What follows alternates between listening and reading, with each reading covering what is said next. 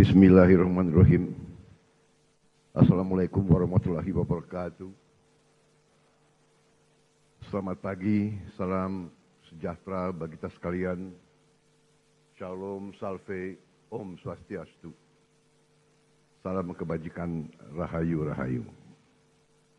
Yang saya hormati, Saudara Wakil Presiden Republik Indonesia, Saudara Gibran Rakabuming Raka,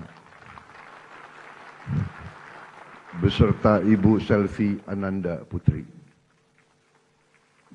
Presiden ke-6 Republik Indonesia, Jenderal TNI Purnawirawan Profesor Dr. Susilo Bambang Yudhoyono.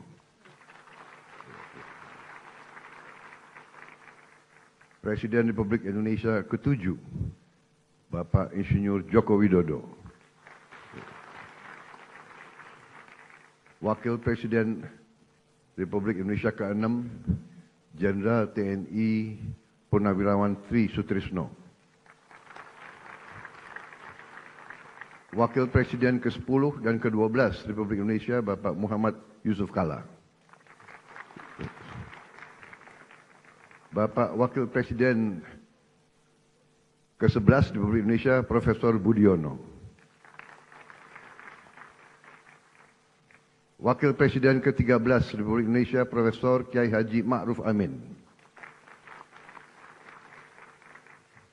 Ibu Sinta Nuriyah Abdurrahman Wahid, istri Presiden ke-4 Republik Indonesia. Ibu Soraya Hamzahas, istri Wakil Presiden ke-9 Republik Indonesia. Para pimpinan lembaga negara, Ketua Majelis Permusyawaratan Rakyat Republik Indonesia, Saudara Ahmad Muzani, beserta para mantan ketua, para wakil ketua, dan seluruh anggota MPR RI yang saya hormati.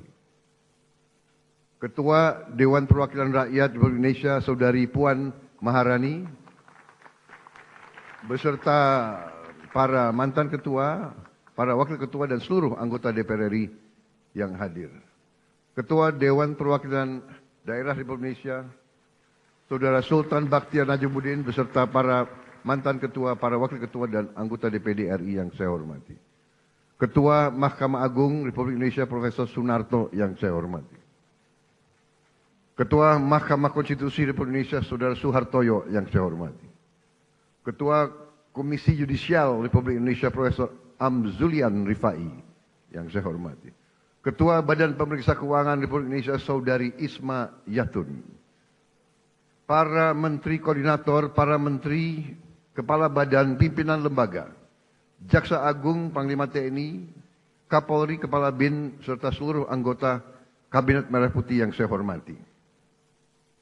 Yang terhormat para pimpinan partai politik yang hadir. Partai PDI Perjuangan yang mewakili ketua umumnya,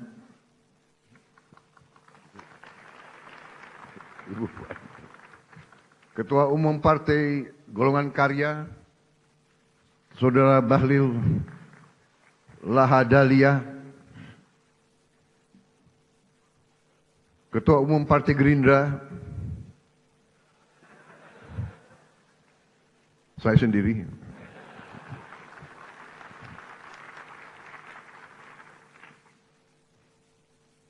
Saudara-saudara sekalian, Ketua Umum Partai Amanat Nasional, Saudara Zulkifli Hasan. Ketua Umum Partai Demokrat, Saudara Agus Harimurti Yudhoyono. Ketua Umum Partai Kebangkitan Bangsa, Saudara Abdul Muhaimin Iskandar. Presiden Partai Keadilan Sejahtera, Saudara Muzamil Yusuf. Ketua Umum Partai Nasional Demokrat, Saudara Surya Paloh. Para duta besar negara sahabat yang saya hormati.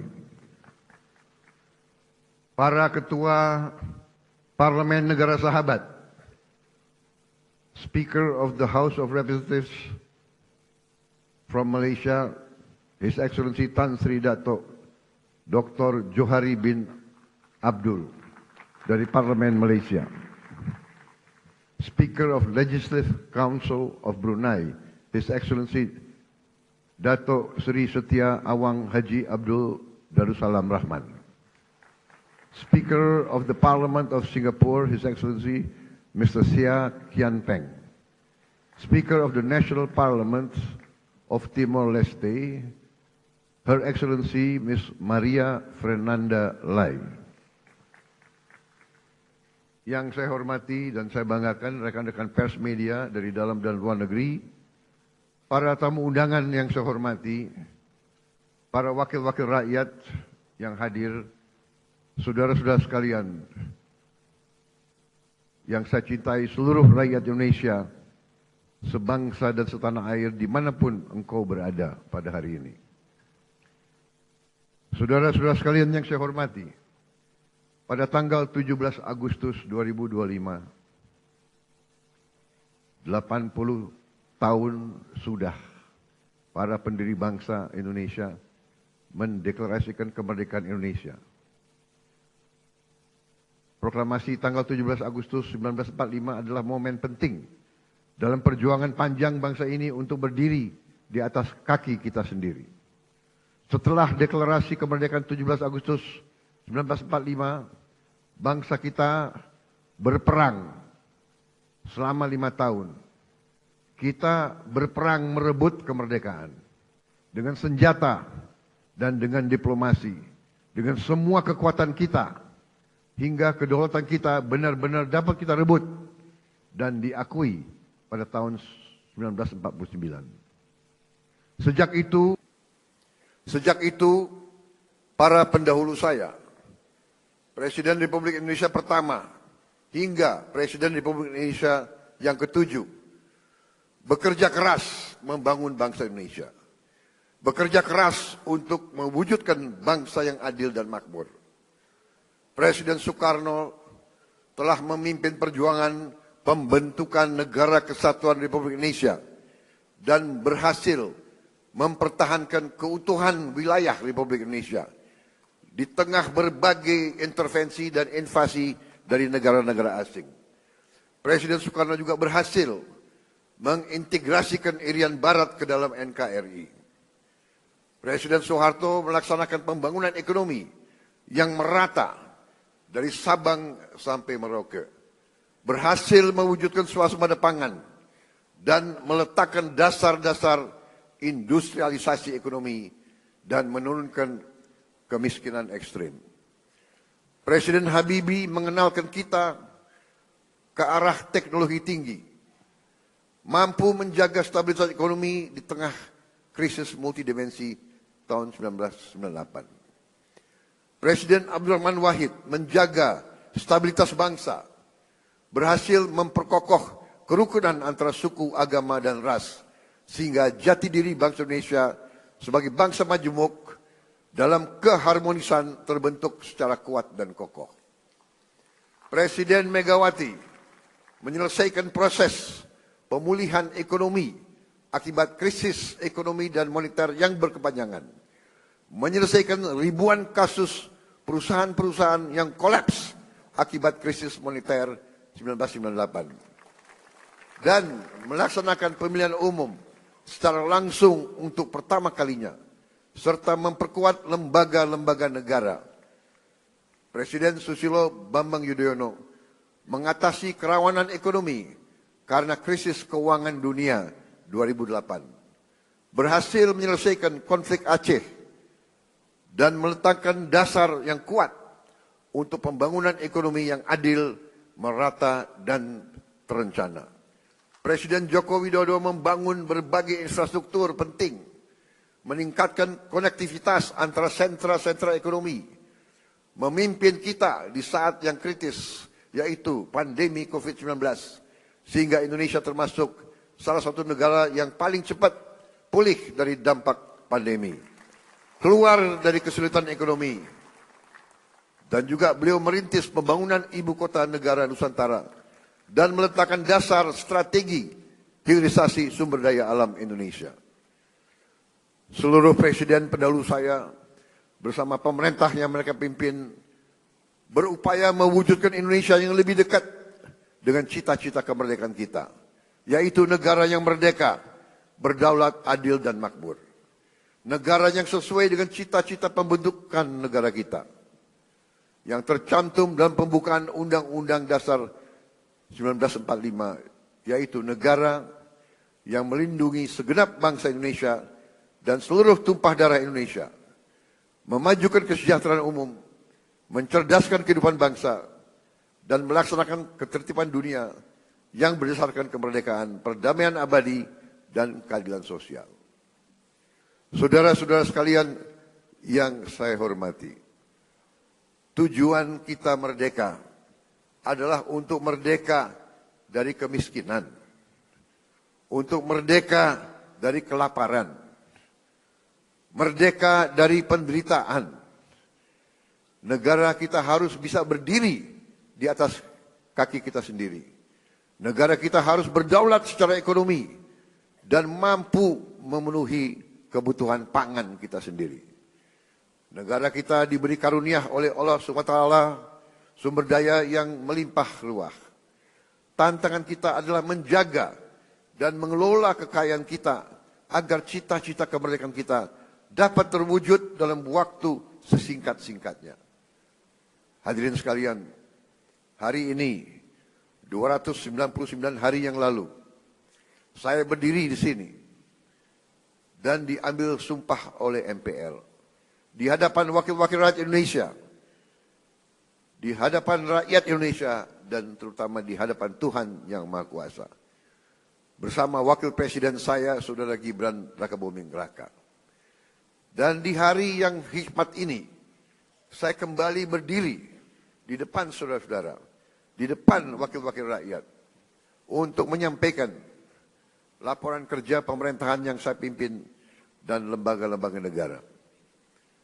Pertama, saya ingin menyampaikan bahwa transisi kepemimpinan nasional dari Presiden Joko Widodo ke pemerintahan yang saya pimpin berjalan dalam semangat persatuan, penuh kehormatan dan kedewasaan politik. Peralihan kepemimpinan yang diakui dunia sebagai peralihan yang lancar dan sangat baik adalah bukti demokrasi kita matang dan kuat. Tidak semua negara mampu melaksanakan transisi kepemimpinan dengan baik dan lancar seperti kita. Di mana-mana ketika saya berada di luar negeri, banyak pemimpin negara sahabat bertanya kepada saya, "How did you do it? How did Indonesia manage?" Saya sampaikan ke mereka, kita berhasil karena kita menganut demokrasi yang khas Indonesia. Demokrasi yang sejuk, demokrasi yang mempersatukan, bukan demokrasi yang saling gontok-gontokan, saling menjatuhkan, saling maki-memaki, saling menghujat, bukan demokrasi yang saling membenci. Inilah yang harus kita pegang teguh. Demokrasi warisan nenek moyang kita adalah demokrasi yang sesuai dengan budaya kita. Budaya kekeluargaan, budaya gotong royong, budaya miko dhuwur mendem jero, budaya saling mengisi, budaya saling mendukung, budaya tepo sliro, budaya menahan diri, budaya yang iso rumongso, bukan rumongso iso. Kita paham dan mengerti bahwa dalam suatu negara modern perlu ada pengawasan, perlu ada transparansi dalam menjalankan kekuasaan. Kita paham sejarah umat manusia. Jika ada kekuasaan yang tidak diawasi, maka kekuasaan akan menjadi korup. Kekuasaan yang absolut akan menjadi korup secara absolut. Kita paham bahwa korupsi adalah masalah besar di bangsa kita. Perilaku korupsi ada di setiap eselon birokrasi kita. Ada di setiap institusi dan organisasi pemerintahan.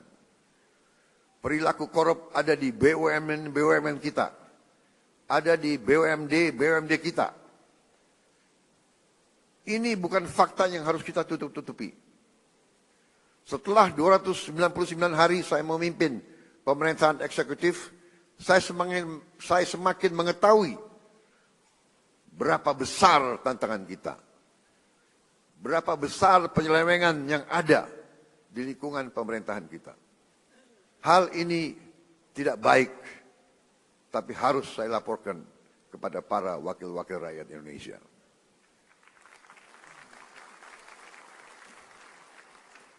Dalam pidato pelantikan saya di sini, saya sampaikan, bangsa Indonesia harus berani melihat kekurangan-kekurangan sendiri.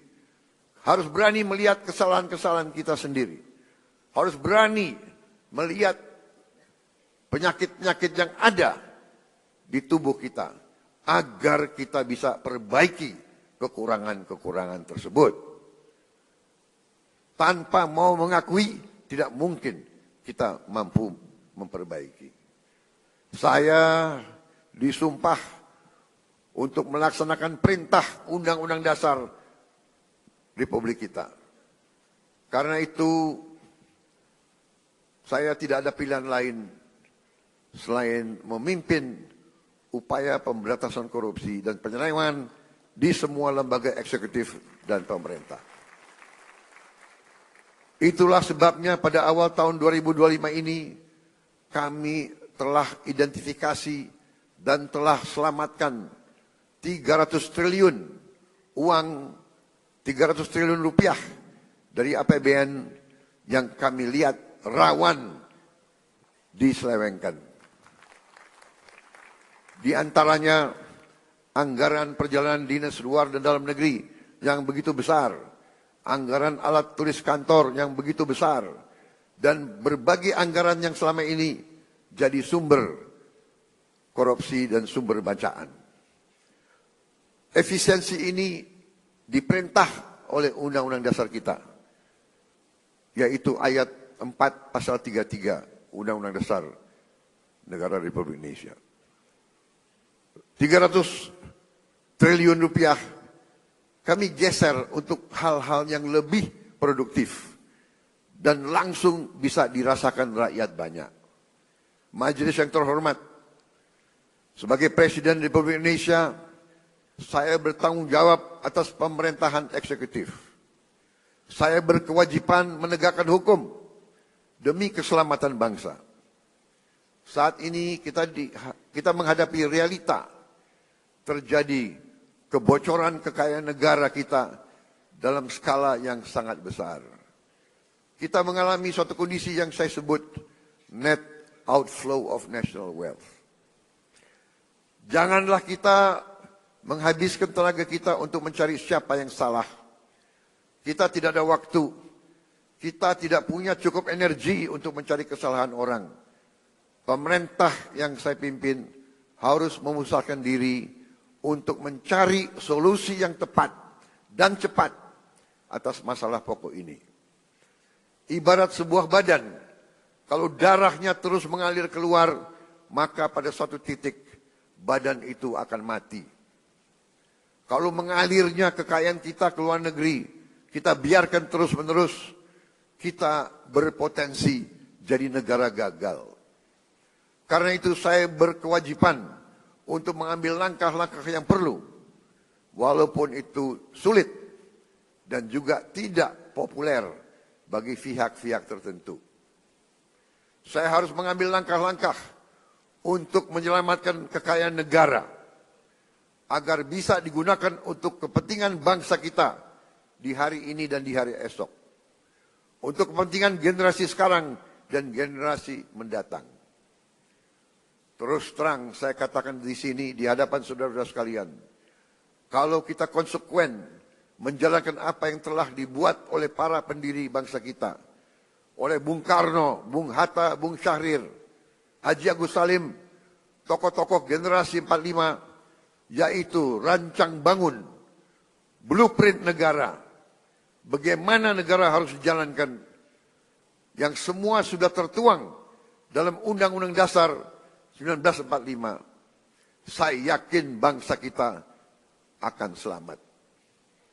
Undang-Undang Dasar 1945 harus kita pelajari.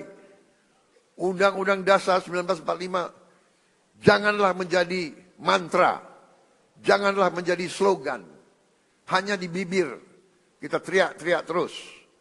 Undang-Undang Dasar 1945 adalah rancang bangun yang relevan. Rancang bangun yang ampuh. Rancang bangun yang nyata. Dan rancang bangun yang operasional untuk kita gunakan. Saya melihat ada kecenderungan dari sebagian kaum elit Indonesia, sebagian orang-orang yang memandang dirinya paling pinter di Republik ini. Mereka memandang bahwa pemikiran Bung Karno, pemikiran Bung Hatta, pemikiran generasi 45 tidak relevan lagi di zaman sekarang. Sudah kuno, sudah lawas untuk menghadapi tantangan abad ke-21. Menurut hemat saya, pemikiran tersebut adalah keliru. Generasi 45, generasinya Bung Karno, Bung Hatta, Syahrir, semua tokoh-tokoh itu adalah generasi yang mengalami penjajahan. Mereka mengalami imperialisme. Mereka sadar dan mereka merasakan, melihat bahwa kekayaan Indonesia diangkut ratusan tahun keluar dari Nusantara ini. Karena itu mereka menyusun rancang bangun. Mereka buat dokumen yang tidak terlalu panjang, tapi sangat eksplisit menjelaskan bagaimana kita harus laksanakan ekonomi kita dan demokrasi kita. Saya berkeyakinan apabila kita jalankan rancang bangun yang sudah dibuat oleh para pendahulu kita, kita akan jadi negara yang kuat. Saudara-saudara sekalian, kekuatan suatu negara terletak bagaimana negara itu bisa menguasai dan mengelola kekayaan. Karena itu kita harus berani koreksi apabila kita telah mengambil langkah yang keliru. Sungguh aneh negara dengan produksi kelapa sawit terbesar di dunia pernah mengalami kelangkaan minyak goreng. Ini aneh sekali. Tidak masuk di akal sehat. Dan ternyata memang itu ternyata adalah permainan manipulasi yang tadi sudah disinggung oleh Ketua DPR. Yang saya beri nama serakah Nomex.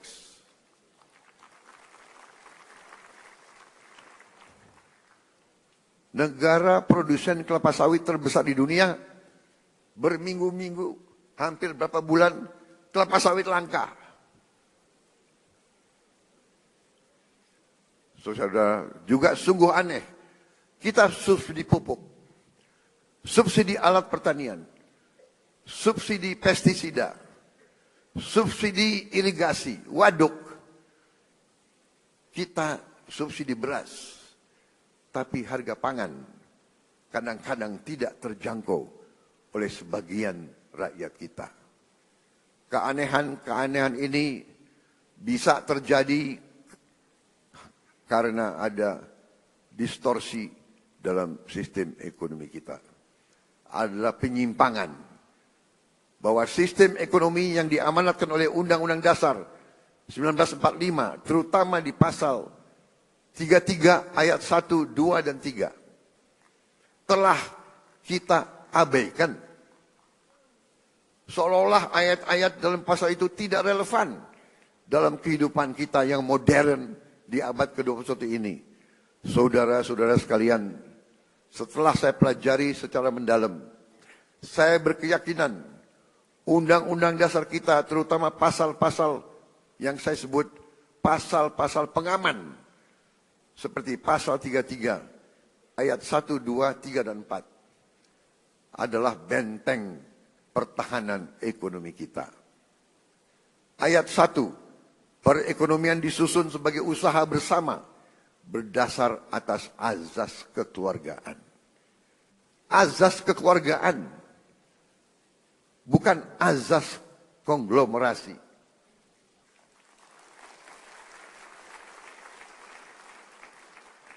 Cabang-cabang produksi yang penting bagi negara dan yang menguasai hajat hidup orang banyak dikuasai oleh negara. Saudara-saudara sekalian, saya ingin bertanya, apakah beras itu penting bagi negara atau tidak? Menguasai atau tidak hajat hidup orang banyak? Apakah penggilingan padi itu penting bagi negara? Apakah penggilingan padi itu hajat hidup orang banyak? Tapi ada sementara, tidak semua, saya harus fair, ada sementara pengusaha-pengusaha yang justru memanfaatkan kekuatan mereka, kekuatan modal mereka untuk dominasi dan manipulasi kehidupan rakyat, dan ini tidak bisa kita terima. Ayat 3, bumi dan air dan kekayaan alam yang terkandung di dalamnya dikuasai oleh negara dan dipergunakan untuk sebesar-besar kemakmuran rakyat. Saudara-saudara, ayat 4, perekonomian nasional diselenggarakan berdasar atas demokrasi ekonomi dengan prinsip kebersamaan, efisiensi berkeadilan. Jadi efisiensi ini perintah Undang-Undang Dasar. Tapi ada yang demo lawan efisiensi. Berwawasan lingkungan, kemandirian, serta dengan menjaga keseimbangan kemajuan dan kesatuan ekonomi nasional. Saudara-saudara, ketika kita tidak konsekuen menjalankan undang-undang dasar kita, terjadilah distorsi ekonomi. Terjadilah pemerataan ekonomi yang tidak cepat, di mana yang menikmati pertumbuhan ekonomi kita hanya segelintir orang saja. Terjadilah kondisi di mana pertumbuhan ekonomi rata-rata 5% selama 7 tahun terakhir tidak tercermin dalam kondisi nyata rakyat Indonesia. Masih terlalu banyak anak-anak yang kelaparan, petani dan nelayan yang kesulitan menjual hasil panennya, rakyat yang belum memiliki rumah layak huni, guru yang belum dihargai, serta keluarga yang tak sanggup berobat karena biaya atau karena tidak ada fasilitas kesehatan di daerahnya. Namun, ketika kita konsekuen menjalankan undang-undang dasar kita dalam 299 hari ini, alhamdulillah saya dapat melaporkan bahwa kita telah mencapai berbagai kemajuan yang cukup berarti. Di tengah konflik politik, konflik ekonomi secara global, perang dagang, perang tarif, ekonomi Indonesia masih berhasil tumbuh di atas 5%. Tumbuh dalam 5,12%. Dan para pakar yakin bahwa ini akan semakin meningkat di saat-saat yang akan mendatang. Di tengah dunia yang penuh gonjang-ganjing, realisasi investasi kita semester pertama 2025 telah mencapai 942 triliun, naik 13,6% dari tahun lalu. Telah mencapai target APBN 2025 sebelum tahun 2025 berhasil. Dan berhasil menyerap tenaga kerja Indonesia 1.200.000 orang. Saudara-saudara sekalian, kita telah melaksanakan intervensi strategis untuk memperbaiki gizi 82 juta anak-anak Indonesia dan ibu-ibu hamil.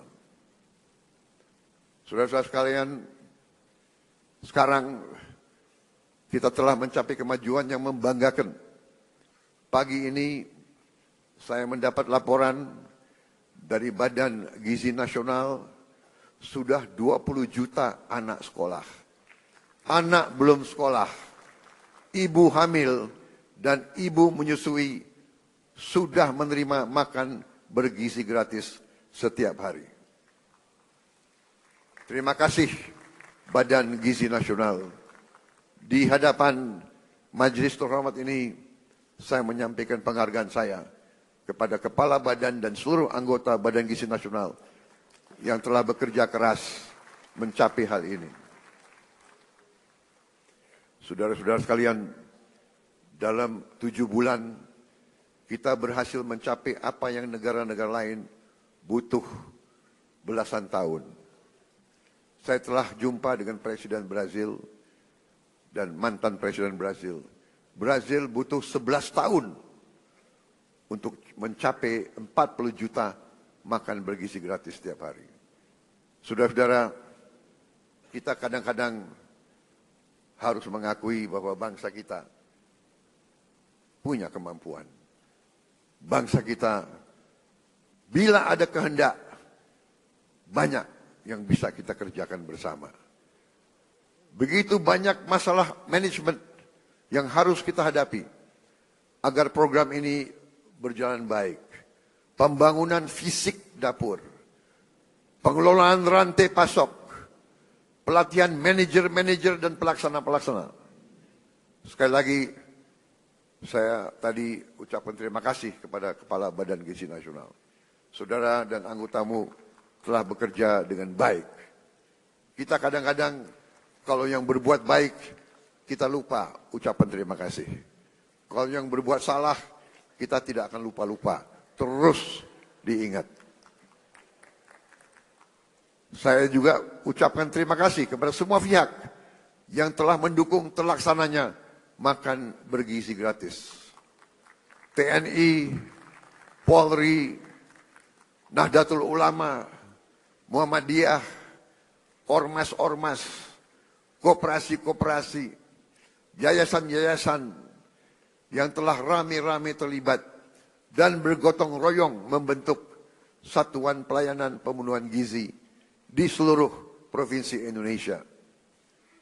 Makan bergizi gratis bukan semata program sosial, melainkan fondasi untuk menciptakan generasi yang sehat, cerdas, dan produktif. PBB mengatakan bahwa MBG adalah investasi terbaik yang bisa dilakukan oleh sebuah bangsa. Walau baru berjalan 8 bulan, hasil dari makan bergizi gratis mulai terasa. Angka kehadiran anak di sekolah meningkat. Prestasi anak-anak di sekolah meningkat. Per hari ini sudah ada 5.800 satuan pemenuhan pelayanan gizi di 38 provinsi. MBG telah menciptakan 290.000 lapangan kerja baru di dapur-dapur dan melibatkan 1 juta petani, nelayan, peternak, dan UMKM. MBG mendorong pertumbuhan ekonomi di desa-desa. Hadirin sekalian, tidak ada negara yang kuat yang tidak mampu memproduksi pangannya sendiri. Oleh karena itu, pemerintah yang saya pimpin bekerja keras untuk memutus ketergantungan pada impor dengan membuka jutaan hektar sawah baru di Kalimantan Tengah, di Kalimantan Barat, di Sumatera, di Papua, dan beberapa daerah lain. Selain melakukan ekstensifikasi, kami juga melakukan intensifikasi. Kami mendorong produksi pangan di desa-desa. Kami memotong birokrasi penyaluran pupuk. Kita salurkan pupuk langsung dari pabrik ke petani-petani. Dan memberi bantuan alat pertanian kepada para petani kita. Kami juga tingkatkan harga beli gabah menjadi rupiah 6.500 per kilogram. agar petani sebagai produsen menikmati keuntungan yang berarti.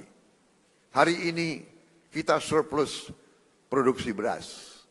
Stok cadangan beras nasional kita hari ini lebih dari 4 juta ton. Ini adalah tertinggi selama sejarah NKRI. Untuk pertama kali dalam puluhan tahun Indonesia bisa kembali mengekspor beras dan jagung. Saya perhatikan di mana-mana para petani tersenyum karena harga gabah stabil dan penghasilan mereka meningkat. Untuk melindungi konsumen Indonesia, pemerintah yang saya pimpin akan selalu mewaspadai kecurangan-kecurangan, manipulasi, penipuan, upaya penimbunan, dan menahan distribusi bahan pangan. Pemerintah yang saya pimpin tidak akan ragu-ragu. Kami akan selalu tegas pada mereka yang melanggar aturan. Mereka yang mempersulit kehidupan rakyat. Mereka yang cari keuntungan gila-gilaan di atas penderitaan orang kecil. Pemerintah yang saya pimpin akan konsekuen menggunakan segala kewenangan yang diberikan kepada kami dari Undang-Undang Dasar 1945. Dan juga Undang-Undang Nomor 7 tahun 2014 tentang perdagangan. Terutama pasal 107, Jungto pasal 29 ayat 1 yang berbunyi pelaku usaha yang menyimpan barang kebutuhan pokok dan atau barang penting dalam jumlah dan waktu tertentu pada saat terjadi kelangkaan barang, gejolak harga, dan atau hambatan lalu lintas bisa mendapat pidana penjara paling lama 5 tahun dan atau denda paling banyak 50 miliar rupiah. Hadirin sekalian, saya pastikan perusahaan-perusahaan siapapun yang berani manipulasi dan melanggar, kami akan proses hukum. Dan berdasarkan wewenang konstitusional yang ada pada Presiden Republik Indonesia, kami akan sita yang bisa kami sita. Kami akan selamatkan rakyat. Kami akan membela kepentingan rakyat. Kami pastikan rakyat Indonesia tidak akan menjadi korban serakanomics.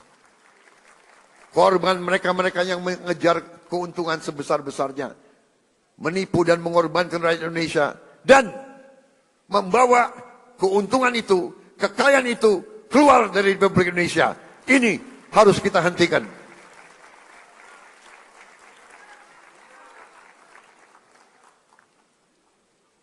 Selama saya menjabat Presiden Republik Indonesia, jangan pernah anggap yang besar dan yang kaya bisa bertindak seenaknya.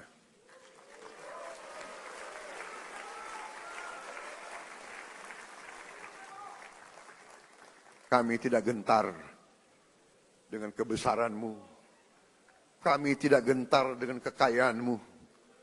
Karena kekayaanmu berasal dari rakyat Indonesia. Pemerintah yang saya pimpin tidak akan ragu-ragu membela kepentingan rakyat Indonesia.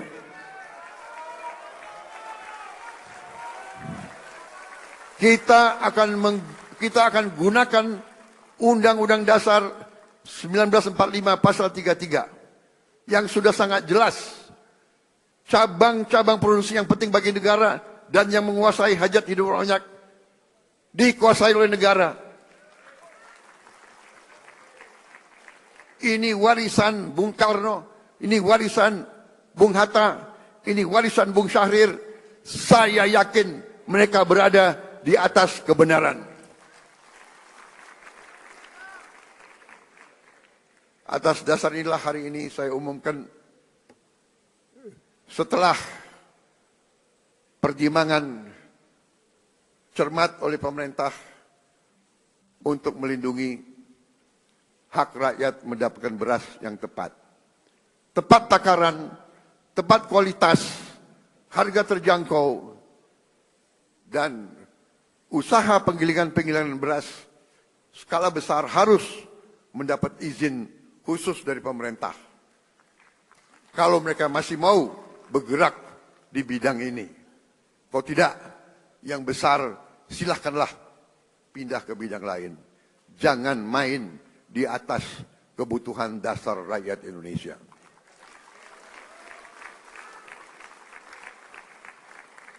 Saudara-saudara sekalian yang saya hormati, dalam 10 bulan terakhir, saya bersama Kabinet Merah Putih berupaya memerangi kemiskinan dengan pendekatan holistik, pendekatan menyeluruh. Kami ingin angka kemiskinan ekstrim segera turun ke 0% dalam tempo sesingkat-singkatnya.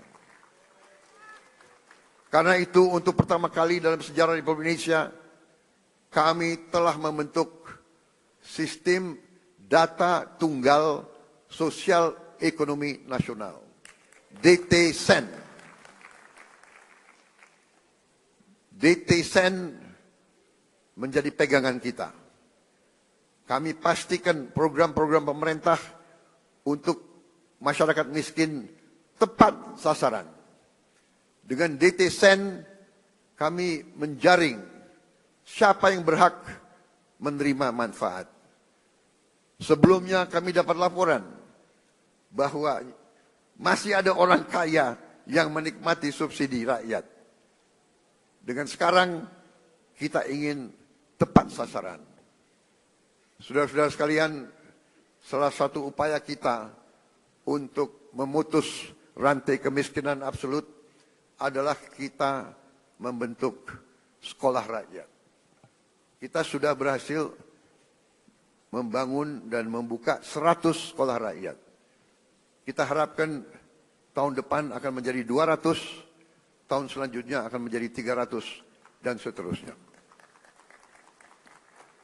Sekolah rakyat ini diperuntukkan untuk mereka yang dari desil yang terendah, desil 1-2. Dari mereka yang benar-benar penghasilannya sangat-sangat rendah. Mereka kita asramakan. Mereka kita berdayakan dengan kualitas pendidikan yang baik. Ini adalah untuk memutus rantai kemiskinan. Anak-anak yang miskin, kalau orang tuanya miskin, mereka tidak perlu untuk terus miskin. Ini yang kita telah upayakan dan ini sedang kita kerjakan sekarang. Bagaimana dengan sekolah-sekolah lain? Kita telah juga membentuk sekolah unggulan. Kita telah membangun dan akan membangun dan selesaikan sekolah unggulan untuk mengejar ketertinggalan kita di bidang sains dan teknologi. Kita bentuk sekolah unggul Garuda, rencananya 20, dan akan ada 80 sekolah unggul Garuda transformasi. Sekolah-sekolah yang sudah ada ikut dalam program ini. Dan kami juga akan menambah SMA Taruna Nusantara terintegrasi di seluruh pelosok negeri. Tahun ini kita juga akan menambah fakultas-fakultas kedokteran di seluruh Indonesia. Kita ketinggalan dalam menghasilkan dokter-dokter dan dokter gigi. Saudara-saudara sekalian, pendidikan sangat penting. Kita juga akan renovasi lebih dari 13.000 sekolah dan 1.400 madrasah. Dan ini masih jauh kurang dari yang kita inginkan. Tapi tahun ini adalah permulaan. Tahun depan kita akan cari uang untuk menambah hal ini. Juga untuk mengejar ketertinggalan kita, tahun ini kita akan sebarkan 288.000 layar pinter smart platform, smart TV yang akan kami distribusi ke sekolah-sekolah hingga ke pelosok-pelosok. Agar anak-anak di desa tertinggal yang tidak ada guru yang bagus bisa dapat mengikuti pelajaran dari guru-guru terbaik yang mengajar secara virtual. Untuk mencetak pemimpin-pemimpin nasional di masa depan, kami juga telah mencanangkan tadi yang saya sebut 20 sekolah unggul Garuda dan 80 sekolah unggul Garuda Transformasi. Saudara-saudara sekalian, kita juga membangun SMA Taruna Nusantara terintegrasi di seluruh pelosok negeri. Untuk mengatasi kekurangan dokter dan dokter spesialis tahun ini akan dibuka 148 prodi di 57 fakultas kedokteran di seluruh Indonesia. Terdiri dari 125 prodi spesialis dan 23 prodi subspesialis. Kita juga akan tambahkan 25 prodi umum dan prodi gigi, serta meningkatkan kuota mahasiswa kedokteran yang mendapat beasiswa. Saudara-saudara sekalian, untuk mengatasi perputaran uang yang terkonsentrasi di ibu kota dan kota-kota besar, kami dirikan 80.000 koperasi desa dan koperasi kelurahan merah putih. Koperasi di setiap desa akan meningkatkan ekonomi desa dan menciptakan jutaan lapangan kerja. Koperasi desa kelurahan juga akan meringankan beban hidup masyarakat kita dengan menjual beras murah, minyak goreng murah, LPG bersubsidi, pupuk bersubsidi sesuai dengan harga jual. Kita juga akan membuat rakyat bisa punya akses kepada protein, kepada ikan dan daging dalam harga yang terjangkau. Untuk mempercepat investasi di hilirisasi sumber daya alam dan berbagai bidang strategis, untuk membuka lapangan kerja berkualitas, kami bersama DPR RI telah membentuk apa yang kita sebut Badan Pengelola Investasi Danantara Indonesia. Danantara adalah lembaga pengelola investasi dengan aset dalam pengelolaan lebih dari 1 triliun US dollar. Danantara akan ciptakan jutaan lapangan kerja berkualitas, terutama di bidang hilirisasi. Alhamdulillah, hari ini tingkat pengangguran nasional berhasil turun ke level terendah sejak krisis 1998. Hadirin sekalian, kami juga membangun sistem kesehatan yang lebih adil dan merata. Cek kesehatan gratis telah digunakan hari ini oleh lebih dari 18 juta warga. 66 rumah sakit di 66 kabupaten sedang kami tingkatkan kelasnya. Kawasan ekonomi khusus Sanur kami hadirkan sebagai pusat pelayanan medis bertaraf internasional agar orang Indonesia tidak harus berobat ke luar negeri. Kami tegakkan kedaulatan Indonesia di panggung dunia. Kami putuskan Indonesia bergabung dengan BRICS.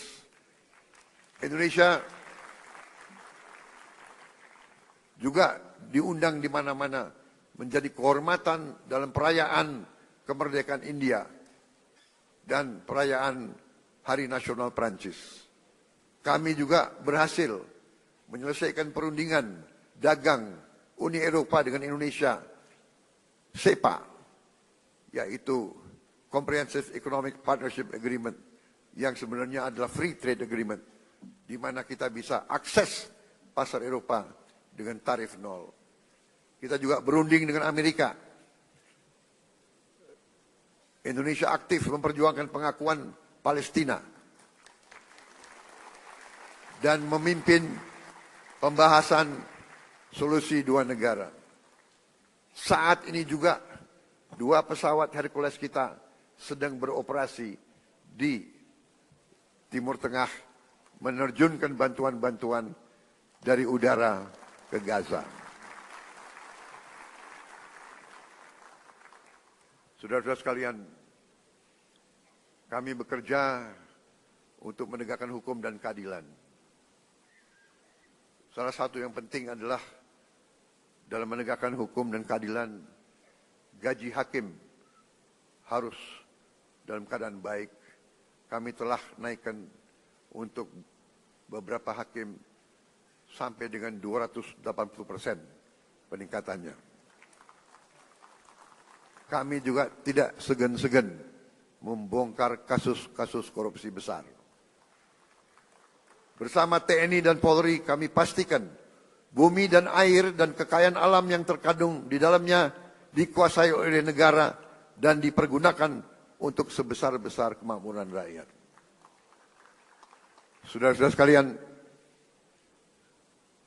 beberapa saat yang lalu, beberapa tahun yang lalu, kita mendapat laporan ada ribuan, ada jutaan perkebunan kelapa sawit yang melanggar hukum, yang menyimpang regulasi.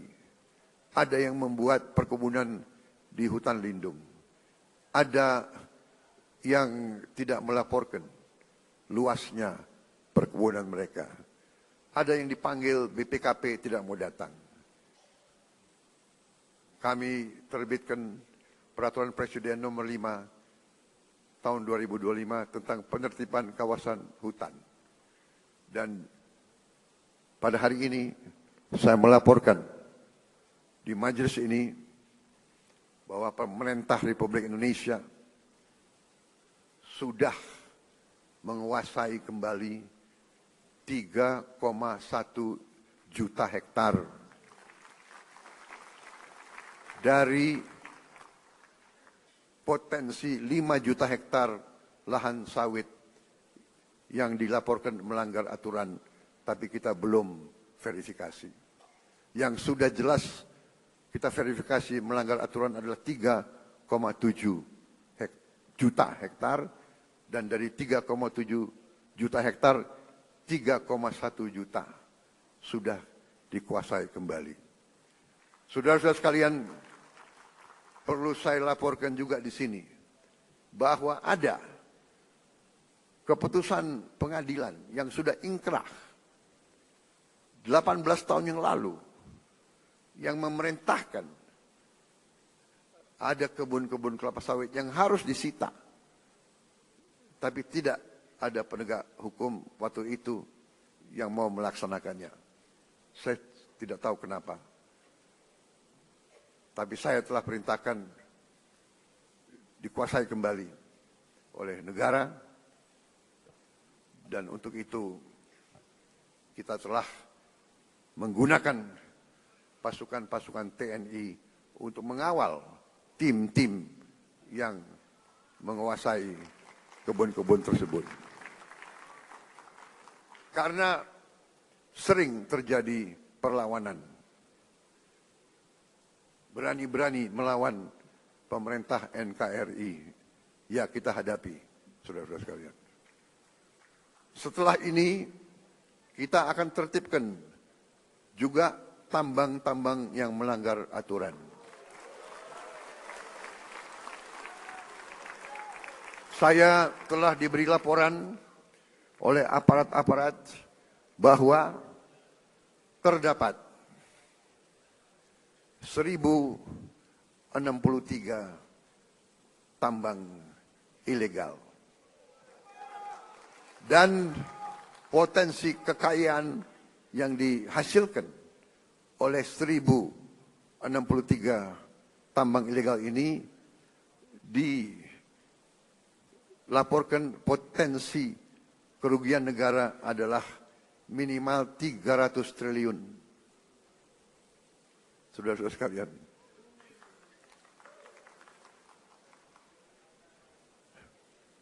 saya minta dukungan seluruh MPR. Saya minta dukungan seluruh partai politik untuk mendukung ini demi rakyat kita, saudara-saudara sekalian.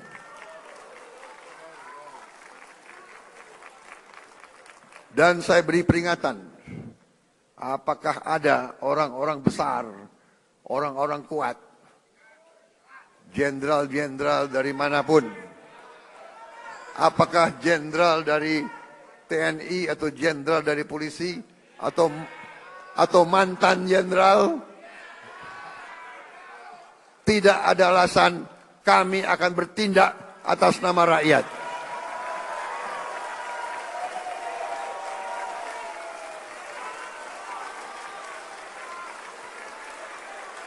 Dan sebagai sesama pimpinan partai, saya ingatkan anggota-anggota semua partai, termasuk partai saya Gerindra, cepat-cepat kalau ada terlibat, Anda jadi justice collaborator. Anda laporan aja, karena walaupun kau Gerindra, tidak akan saya lindungi, saudara-saudara. Kalau ada yang berani, ya, saya telah perintahkan Panglima TNI dan Kapolri, kalau Anda mau ke provinsi ini, pakai pasukan dari provinsi lain. Jangan-jangan ada anak buahmu di kebun-kebun itu. Saudara-saudara wakil rakyat, saudara tahu keadaan yang sebenarnya. Benar?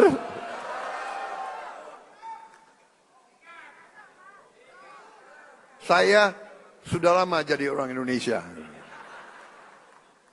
Segala ulah, apalagi saya ini senior mantan tentara. Jadi junior-junior itu jangan macam-macam ya. Aku tahu. Kalau rakyat yang nambang, ya sudah, kita bikin koperasi. Kita legalkan. Kita atur, kita legalkan, ya. Tapi jangan alasan rakyat tahu-tahu nyelundup. Nyelundup ratusan triliun nyelundup. Saudara-saudara sekalian, harus hitung waktu ini. Dengan kondisi geopolitik yang semakin tidak menentu, Indonesia harus punya pertahanan yang kuat untuk menjaga kekayaan kita.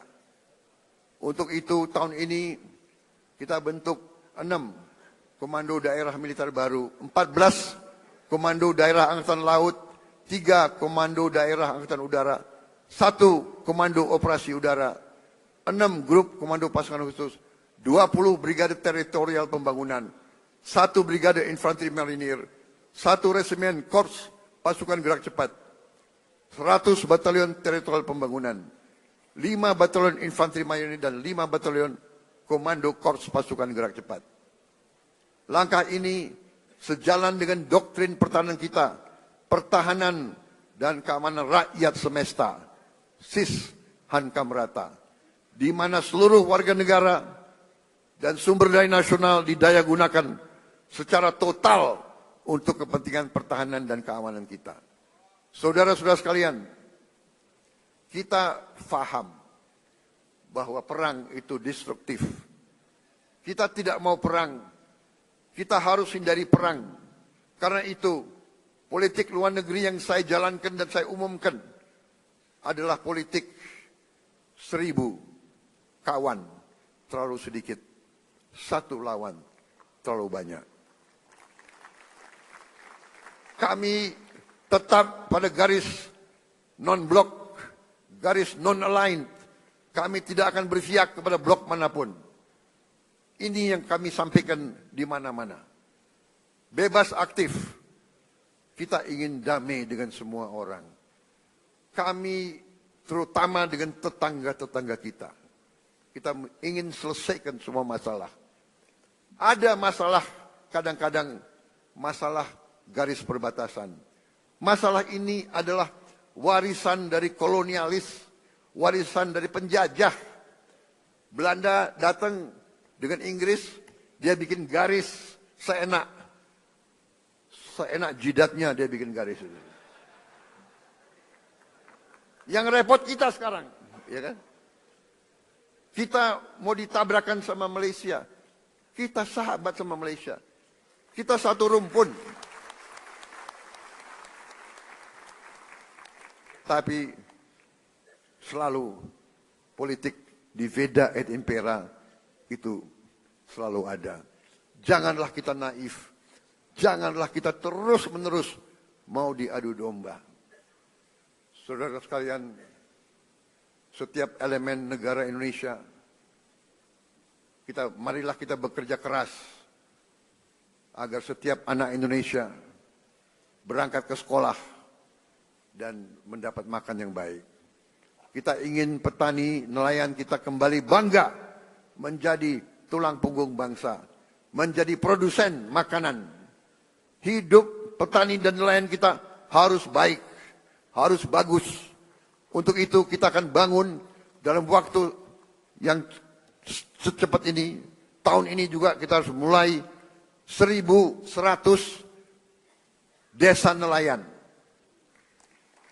Tiap desa nelayan terdiri dari 2.000, kurang lebih 2.000 kepala keluarga. Berarti di situ akan hidup 2 juta kepala keluarga.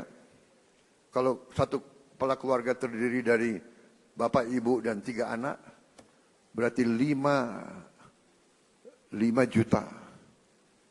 10 juta orang akan hidup dengan baik. Ini akan kita wujudkan dalam waktu dekat. Mereka juga akan membayar kembali investasi kita. Jadi ini bukan BLT, ini bukan bagi-bagi uang. Kita pinjemin uang, mereka akan bayar cicil kembali kepada pemerintah. Jadi karena mereka akan menghasilkan nilai. Kita ingin guru-guru kita semangat mengajar karena dihargai.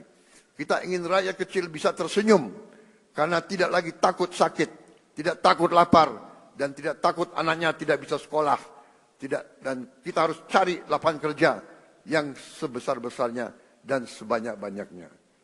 Tujuan kita, tujuan kemerdekaan adalah yen wong cilik iso gemuyu. Saudara-saudara sekalian, untuk itu saya memberi apresiasi kepada lembaga-lembaga negara atas kinerja mereka dalam menjalankan roda negara. MPR RI melalui visi besar Rumah Kebangsaan, pengawal ideologi Pancasila dan kedaulatan rakyat, secara konsisten terus-menerus sosialisasikan Pancasila, Undang-Undang Dasar 1945, NKRI, dan Bhinneka Tunggal Ika. MPR konsisten turun ke rakyat, jelaskan 4 pilar kehidupan berbangsa dan bernegara. Ini sangat penting karena pemahaman Undang-Undang Dasar 1945 bisa menyelamatkan ekonomi kita, bisa menyelamatkan demokrasi kita.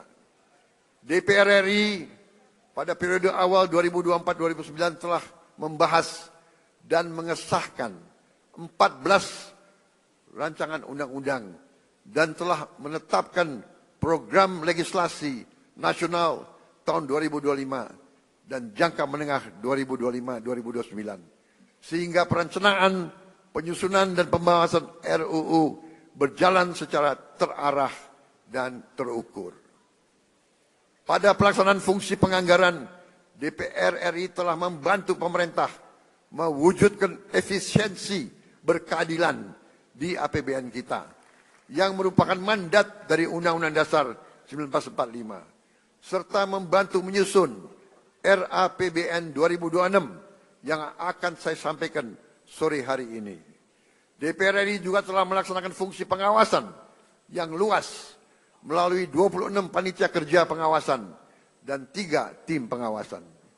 DPD RI telah menetapkan lebih dari 50 keputusan kelembagaan yang mencerminkan peran aktif dan strategis DPD dalam memperjuangkan aspirasi dan kepentingan daerah di tingkat pusat. Lebih lanjut, DPD RI telah mendukung pembangunan berkelanjutan, aktif menjalankan fungsi pengawasan, pemberian pertimbangan anggaran, serta proaktif memantau dan mengevaluasi Raperda dan Perda untuk memastikan kesesuaian regulasi daerah dengan kebijakan nasional. BPK RI telah membuktikan integritasnya dan independensinya dalam pemeriksaan pengelolaan dan tanggung jawab keuangan negara. Capaian BPK di tahun 2024 antara lain mendorong peningkatan akuntabilitas tata kelola keuangan negara serta kualitas pertanggungjawaban pelaksanaan anggaran, sehingga kementerian dan lembaga yang telah mencapai status wajar tanpa pengecualian mencapai 97,7% untuk tahun anggaran 2024. Mengawal program prioritas nasional, meningkatkan efektivitas belanja APBN, serta penyelamatan puluhan triliun rupiah uang dan aset negara.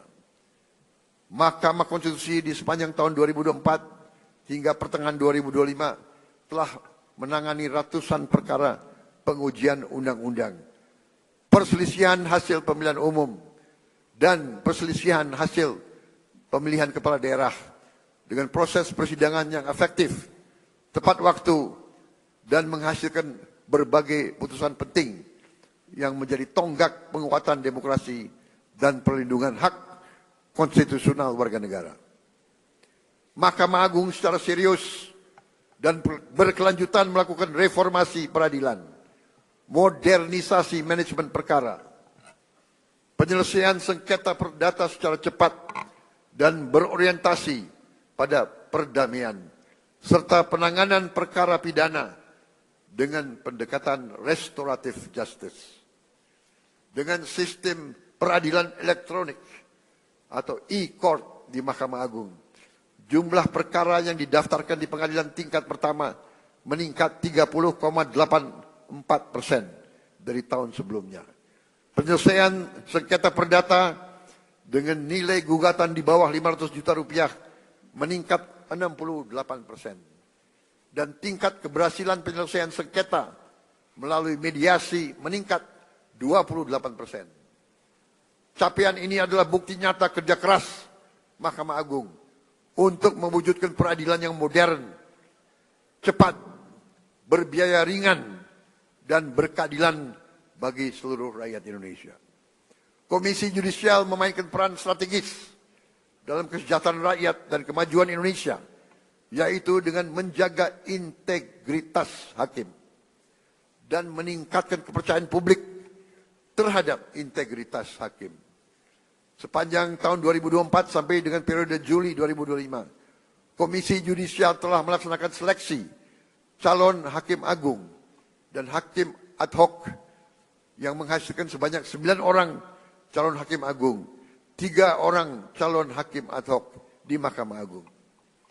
Komisi Yudisial juga telah menerima 3.752 laporan masyarakat terkait dugaan pelanggaran kode etik dan pedoman perilaku hakim, dan mengusulkan penjatuhan sanksi kepada 116 orang hakim.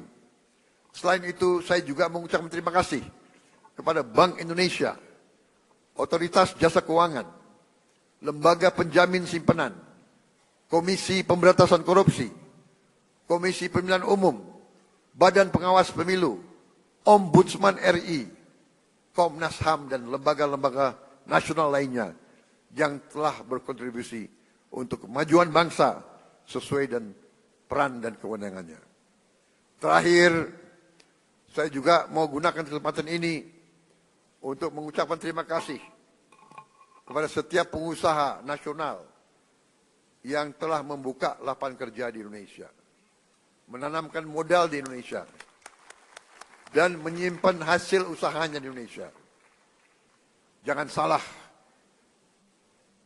tidak semua pengusaha yang besar itu ikut dalam alam mazhab Slakahnomics. Justru sebagian besar kita ajak untuk membangun Indonesia bersama, Saya sampaikan ke mereka, mereka harus menjadi bagian dari Indonesia Incorporated. Indonesia Incorporated adalah konsep pembangunan ekonomi di mana semua stakeholder, semua pemain bergerak dalam satu kesatuan tim nasional. Yang kuat, yang besar punya peranan. Yang menengah punya peranan. Yang kecil punya peranan, kita bantu. Yang miskin kita berdayakan. Itu namanya Indonesia Incorporated. Saya sampaikan, kalau kita hilangkan kemiskinan, kalau orang yang berada di bawah garis kemiskinan punya uang, punya penghasilan, mereka punya daya beli, mereka akan beli barang-barang dari pabrik-pabrik yang dimiliki oleh perusahaan-perusahaan besar. Itu yang kita namakan suatu ekonomi mata rantai yang saling memperkuat, bukan saling menghancurkan. Saudara-saudara sekalian, saya percaya dan saya yakin bahwa dengan kita bersatu, dengan kita bergotong royong, dengan kita mencapai demokrasi sesuai dengan budaya kita, ekonomi sesuai dengan rancang bangun pendiri-pendiri bangsa kita, insya Allah Indonesia akan semakin kuat, semakin sejahtera. Kita memilih beberapa tonggak sebagai tema kita. Bersatu, berdaulat, rakyat sejahtera. Rakyat harus sejahtera. Kalau rakyat tidak sejahtera, saya katakan kita gagal sebagai negara merdeka. Kita akan berhasil sebagai negara merdeka kalau rakyat kita sejahtera. Karena itu, marilah kita bekerja sama. Kita berbeda-beda boleh, tapi satu tujuan kita. Silakan yang berada di luar pemerintah tidak ada masalah. Terima kasih. Kita butuh koreksi. Kita butuh pengawasan. Kita butuh kritik. Walaupun kadang-kadang kritik itu menyesakkan juga itu. Tapi nggak ada masalah. Jangan berhenti kritik. Saya juga minta dari koalisi kita tetap di dalam koalisi harus berani mengawasi, harus berani koreksi. Ya. Tidak boleh ada yang merasa lebih kuat dari hukum. Tidak boleh ada yang merasa tidak dapat diatur, tidak dapat diperiksa. Saya kira itu yang ingin saya sampaikan. Terima kasih. Sidang majelis yang terhormat, Dirgahayu Republik Indonesia ke-80.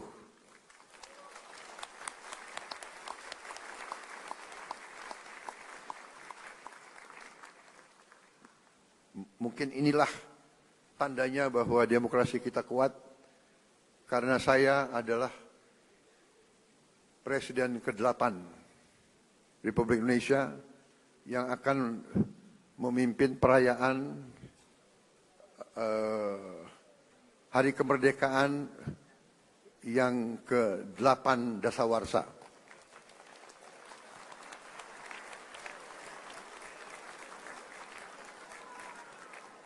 Memang ditakdirkan untuk jadi presiden ke-8 itu. Dan saya adalah bukti bahwa demokrasi kita berjalan. Karena saya ikut pemilu 5 kali.